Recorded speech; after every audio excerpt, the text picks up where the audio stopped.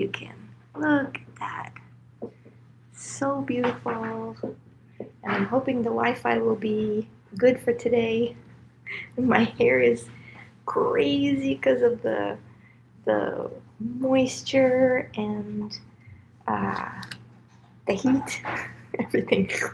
And then it's also very windy. So anyway, hello, welcome to Kindness for Lunch.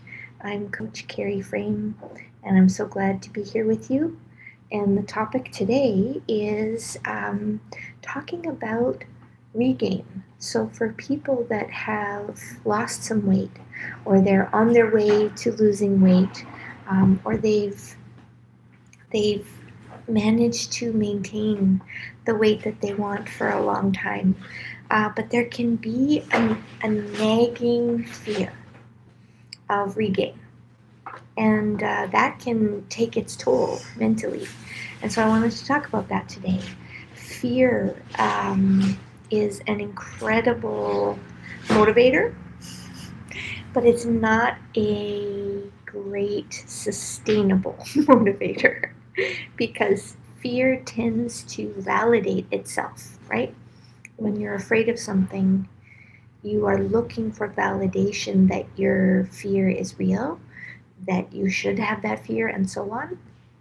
And so then sometimes you can actually uh, create what you were afraid of, even if it wasn't going to exist already. So that's the question for today: is what are you experiencing with fear, and what can we do about it? And how you can feel better and not be afraid, because life without fear of regain is so much more full of lasting motivation, positivity, possibilities, because that's one of the biggest things. If you think about being in fear, you are in a fight or flight situation. Inevitably, if your brain is afraid of something, to some degree, you are in a fight or flight situation, which means your entire system, mind, body, spirit, everything, is sectioning off where it chooses to put energy so that you can get through whatever the fearful moment is. And so when it comes to, for example, your brain processes, when you're in fear, your brain is narrowed to a finer point. And that point is really, we must survive this. So it narrows in. And if you think of your brain as like this beautiful, wide open library that just has all of the wisdom and knowledge and experience and learning and everything, creative thinking that you have built up over your life, um, when you're in fear, you only have access to like one shelf in that whole library. That's it. That's all you've got. And that shelf is often going to be the things that your brain can reach for the easiest. So that will be habits, that will be negativity, bias, validation, thoughts. That will be the sort of reactionary parts of your personality. That's kind of what you're operating from when you are operating from fear. So part of what I wanted to talk to you about today was how to switch from operating from fear to operating from a more expansive perspective. But I wanted to check in first and see where is your head at today when it comes to being afraid of um, regain, or of really of anything to do with your health, your health. I was going to say your wealth. I can't really help you with your wealth, but I can help you with your health.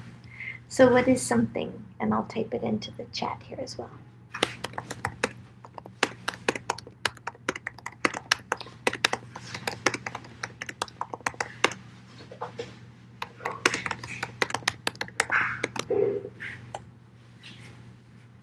I'm just going to pause for a second here.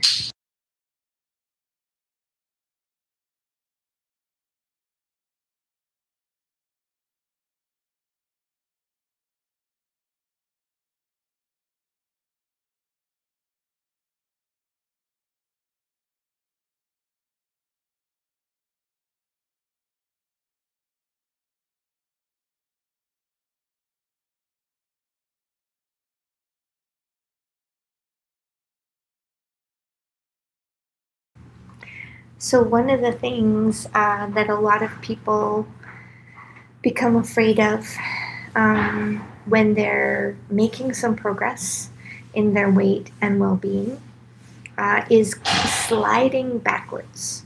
That's a really common fear. And what that ultimately is about, which I'm sure is no surprise to you, but we don't really get to the heart of it very often. What that sliding backwards fear is about is a lack of self-trust. You don't trust yourself that when a crisis happens, when your routine goes off, when something strange happens, you don't trust yourself to hold your center of strength and health and healthy choices.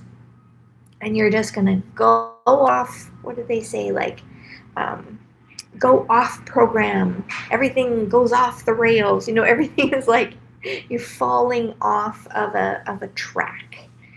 And what I find so interesting about that is very few of things in life that are sustainable are a consistent set of train tracks where you just have to stay on that track and keep going. Not a lot of things in life are that straightforward. I think the answers to building self-trust are more about recognizing the complexities of the situations and also the complexities and diversity of the elements of your own strength. So let's take an example. I had a person run through our 3-month program who had 3 decades worth of having a habit of never trusting herself to eat the right thing. Right? So her whole life, and this may resonate for some of you, her whole life, since she'd been a teenager, she'd been told that she was too big. And whatever she was doing was wrong because it had made her too big, right? So she, at a core level of her self-concept, had the feeling that I am wrong. Whatever I'm choosing for myself is wrong, is bad, is resulting in something that nobody likes, nobody approves of. And so at the bottom level of her identity was this feeling of extreme uncertainty. And just think about that for a minute, and maybe that resonates for you. Maybe you're like, yeah, I don't actually know what it's like to trust my choices for my body, for food. So imagine having that feeling every day. And then you have a health journey where you make progress. You've achieved a greater level of well-being, but that habit of lack of self-trust is so strong and so persistent. It wants to keep asserting itself. It wants to say constantly, day after day, choice after choice, you made some progress, but you're going to lose it because you don't know how to do this. And unless you follow somebody else's program or practice a very specific targeted diet where you're not in charge of your own choices, you are going to go off track, off the rails, blah blah blah, right? And you're going to regain whatever weight you've lost. You're going to lose the progress that you've made. And just in case you haven't seen, I want to show you where I am right now. Can you see? Can you see that? Beautiful. I'm on Isla de Mujeres in Mexico. It's so beautiful here. So beautiful. I just wanted you to see that. So, so we're talking about fear and not trusting ourselves with our health choices. So this person who was in our program, who had decades of practice of not trusting herself, now knew that she should trust herself because she'd made progress. She had achieved a much, much more sustainable level of weight and health, but she didn't know how. She didn't know how to trust herself. So when it comes to that kind of practice, you have to begin one moment at a time, one thought at a time, one choice at a time, and you build from there. So the biggest tool in the toolkit of your ability to build trust is awareness around your thoughts.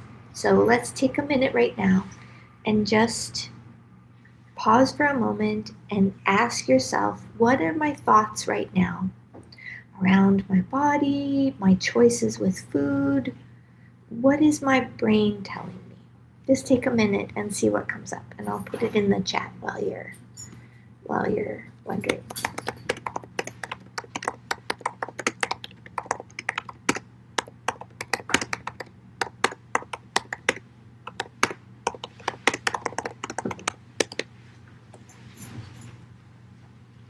What's coming up for you?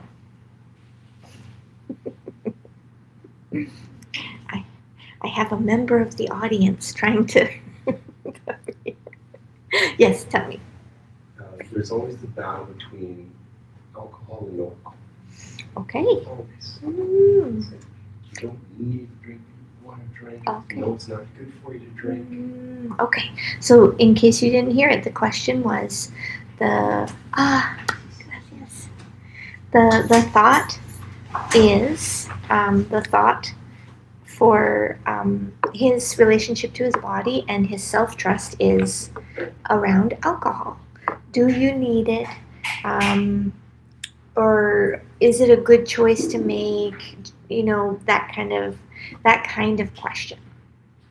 So where that can become a detrimental fear is if either the question is coming up and you're afraid of the answer, and so you're ignoring the question. Like, I'm not listening, brain. I know you want me to look inside and sort of define my relationship to alcohol with more clarity, and I don't want to because I'm scared of what I'm going to find. So that's ignoring, right, the question, or answering it from a place of fear, from a place of kind of like the rational brain, instead of answering it from a place of deep self-awareness. So for someone like that who's asking themselves, what in this moment, and it's always good to bring your questions to the present moment whenever you can. Because when we sort of look at like a giant question, what is my whole relationship to food? Or what is my whole relationship to alcohol or whatever? It gets too big, it gets too overwhelming, and we often then kind of go into denial or ignoring the question or something. So think just in this moment, this singular point in time and space. What is my relationship with, for this person, with alcohol? In this moment, What is it? Am I tuning into myself? Am I making choices from a place of deep care for myself? Or am I operating out of habit? Or operating out of, for a lot of people with alcohol, it's a coping mechanism to divert attention and focus from often the emotional places that they don't want to go. So is that happening? And kind of ask yourself, yeah, actually, I think I am wanting to have, a cocktail tonight because, and I'm just speaking from my own experience here in the past, I used to be nervous about social situations. And I thought that I needed alcohol to be calm and confident in social situations. So then, if I was checking in with myself, in those instances, the answer would be, yeah, actually, I'm not choosing alcohol for a healthy reason or just kind of like yeah, it's nice to have a drink. There's nothing else to it. I'm actually choosing it because I don't want to look at how nervous I am to go out and be social. Now that I know that, what am I going to do about it, right? Um, I think for myself, when I became aware of that, was actually when I learned, I relearned or learned for the first time how to be social sober. And that was, I actually did that for 3 whole years at one point because I wanted to rebuild my relationship to my choices around alcohol from a place of awareness. So I had to scale it right back and say, I will never need alcohol again. I will never need it to be social. I will never need it to ease the stress or any of those things. If it adds to life, then okay, in the right doses. If it is helping me hide from life, then it's something I need to really pause and be aware of. So, and what about for all of you? What is your brain telling you about food and or your body right now? I'll take a sip of my water while I wait. Actually, I'll take a sip. And I'll give you another view of the beautiful ocean. Probably not doing a very good job. It's absolutely stunning here.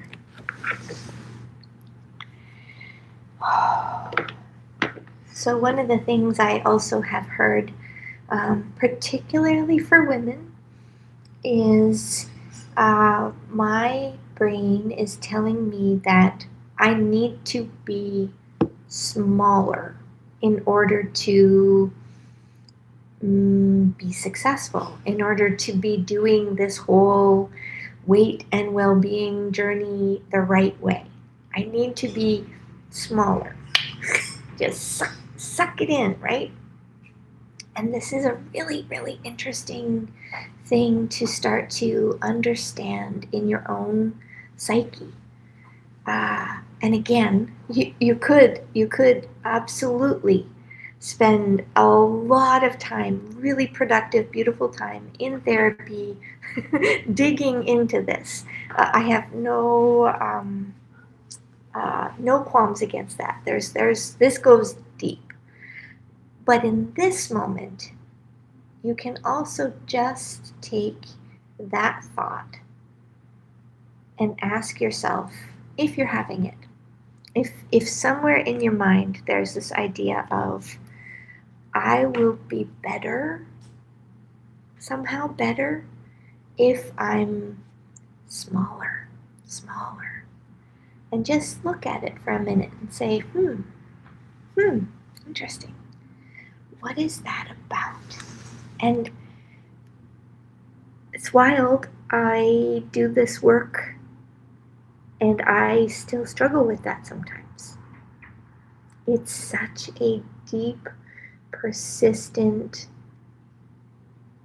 place of self-doubt that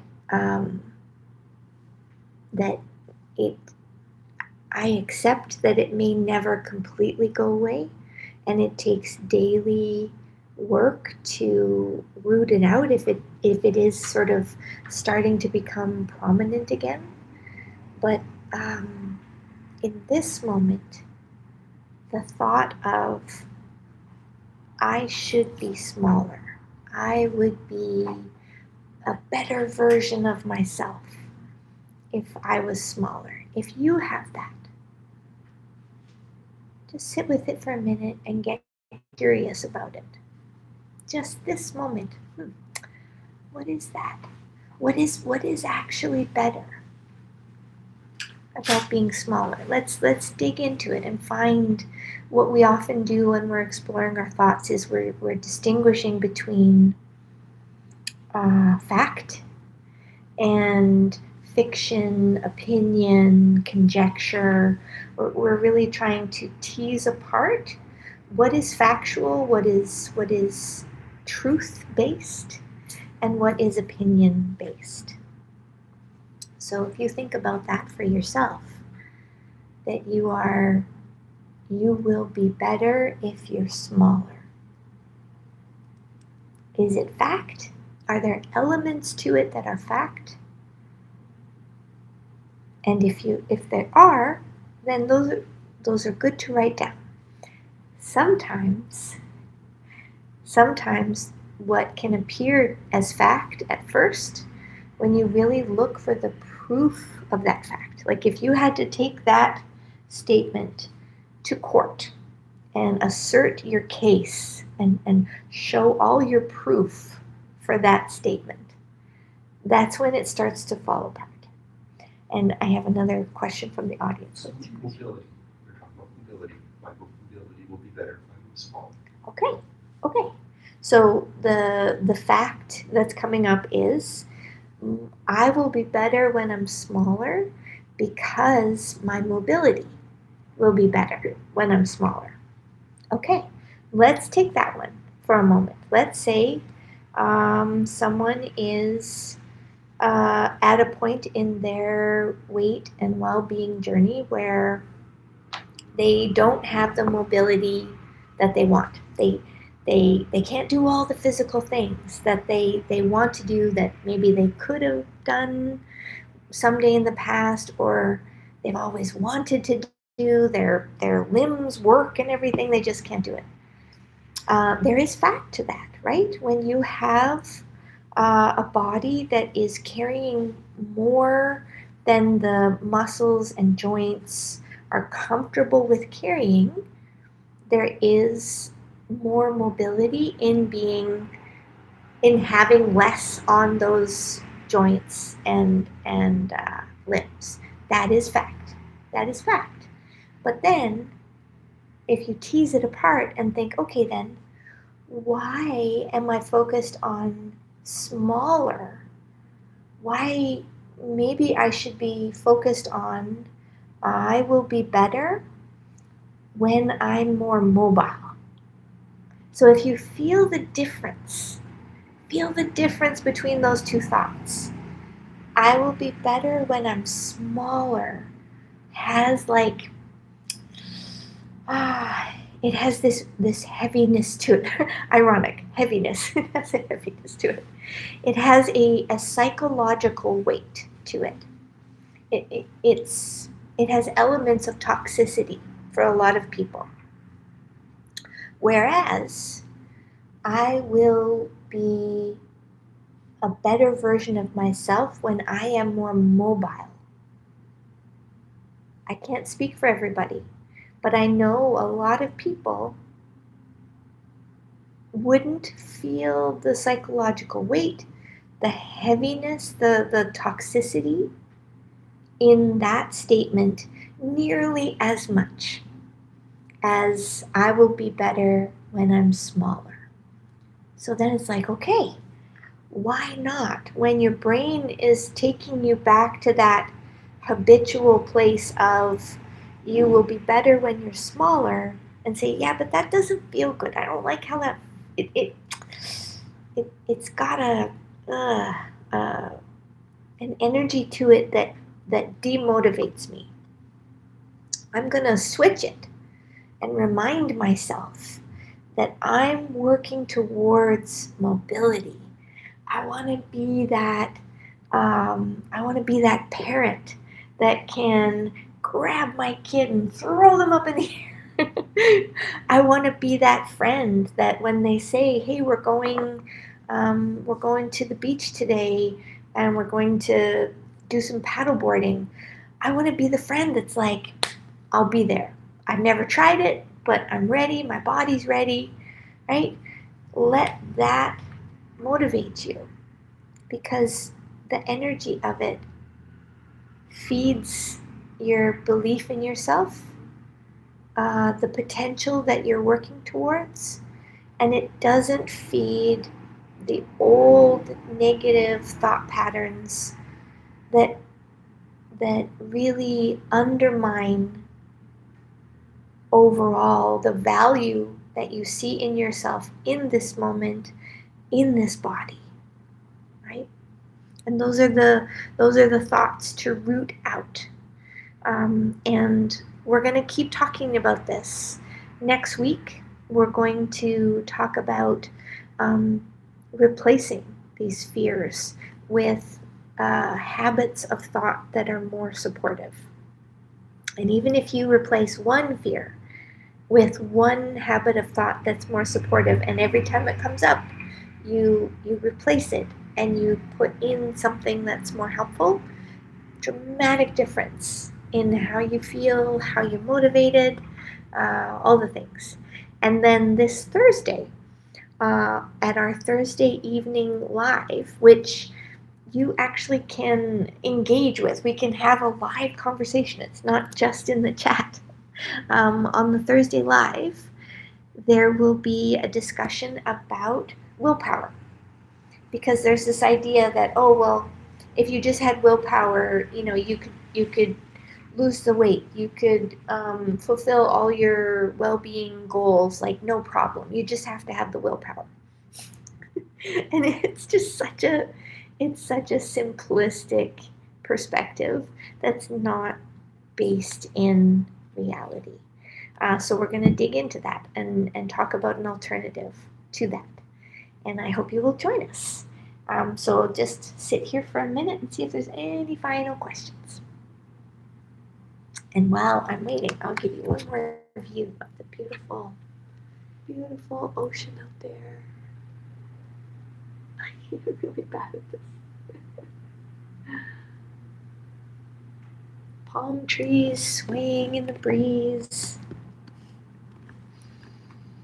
I don't mean to make you all jealous, but I'm sorry, I'm in a beautiful place. Going to go snorkeling this afternoon. Yes, going to absolutely, my body, my mind, my spirit just comes alive under the water, seeing those fish and everything. And I don't care. I'm not worried about anything. I'm looking down at my body. I'm not worried about anything. I'm just so happy to be me, to be here, to be alive. And that's my wish for you today, for you to have all of those things too. And hopefully I will see you Thursday. I wish you a wonderful rest of your day.